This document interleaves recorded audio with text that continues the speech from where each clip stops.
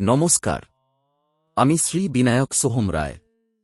মহাশিবরাত্রিতে আজ ঘটতে চলেছে এক বিরল মহাজাগতিক সংযোগ। মঙ্গল, চন্দ্র ও বুধের এই ত্রিগ্রহ যোগে কিভাবে মহাদেবকে তুষ্ট করবেন জেনে নিন 1 মিনিটে।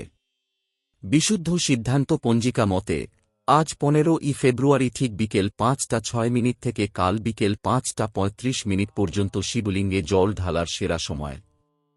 ভাগ্য ফেরাতে রাশি মেনে দ্রুত জেনে নিন আপনার করণীয়।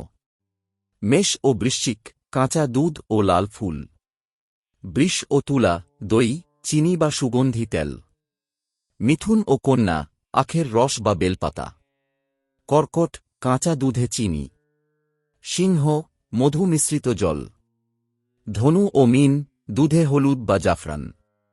মকর ও কুম্ভ, তিলের তেল বা নীল অপরাজিতা। আজ রাতেই শুদ্ধ মনে মহাদেবের আরাধনা করুন, সব বাধা কেটে যাবে।